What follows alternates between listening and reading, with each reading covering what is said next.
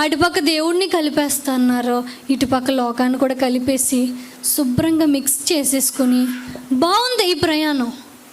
అటు కొంచెం భక్తి పైకి నటన, ఇటు కొంచెం లోకం, రెండు రుచులు మరిగేసి లూక్ ఫామ్ చాలా ప్రశాంతంగా వెళ్ళిపోతుంది క్రైస్తవ జీవితం.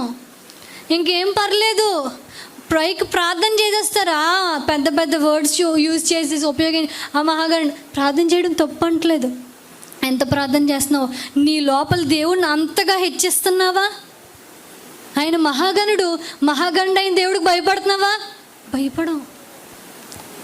అంటే అటుపక్క దేవుడిని కలిపేస్తున్నారు, ఇటుపక్క లోకాన్ని కూడా కలిపేసి శుభ్రంగా మిక్స్ చేసేసుకొని బాగుంది ఈ ప్రయాణం.